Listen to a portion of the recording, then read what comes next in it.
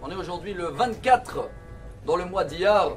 Toujours quand on arrive au chiffre 24, ça nous fait référence à le psaume de Tehillim 24. Et David Mizmor, on l'appelle le Tehillim de la Parnassa.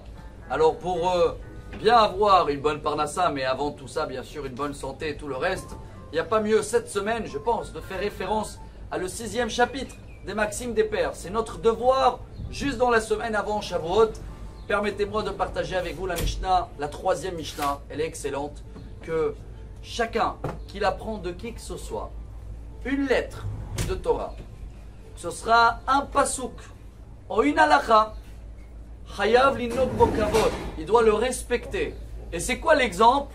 Le roi David qu'il a pris le conseil de son conseiller qui s'appelait Achitophel, une histoire incroyable. Achitophel était un des gens les plus sages dans l'époque du roi David. Jusqu'à aujourd'hui, quand tu dis à quelqu'un « je te donne un conseil d'Achitophel », il sait que c'est une piège.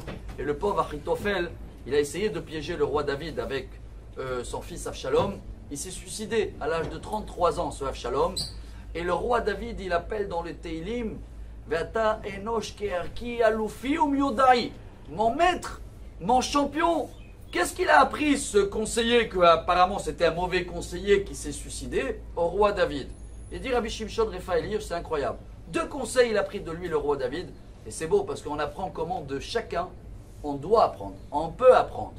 Premier conseil, il a dit, prie toujours dans le minyan. Le roi David, il a dit, très bonne idée. On sait que Tzibour, c'est les initiales Tzadik, Benoni, Veracha. Donc tant qu'on est dans la voie publique, même les bus, ils ont leur ligne jeune. Même quand tu es dans la voiture particulière, c'est bouché. Mais quand tu prends le bus, tu as une ligne spéciale. Alors ce serait toujours bien de prier dans le Tzibour. Et le deuxième halakha qu'il a appris au roi David, que l'étude de Torah, elle est toujours mieux quand il se fait à 2. O havruta o mituta. Rabotai, de là on va apprendre d'abord un grand message. Si le roi David il nous apprend cette semaine d'apprendre de chacun, c'est à nous d'observer et de regarder autour. Et on avait déjà partagé au nom de Rabbi Zusha d'Aniapoli qu'il a appris même d'un voleur. Ah, qu'est-ce qu'on peut apprendre d'un voleur? Bon, de ne pas voler, bravo. 2, le voleur il raconte son prochain coup ou pas? Non, tu as fait une bonne action?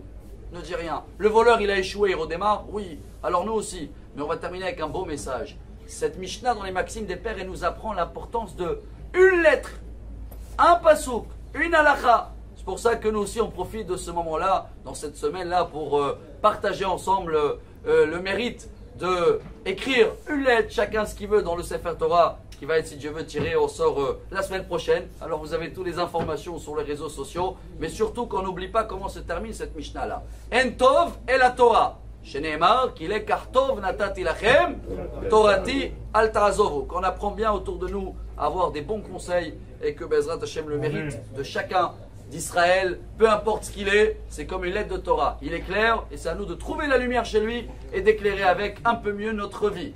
Mais très impatient, si Dieu veut, de pouvoir remettre en main propre ce Sefer Torah à la personne qu'il mérite d'en haut. C'est le 21 et le 22 mai, ce campagne de soutien pour le centre Rachi.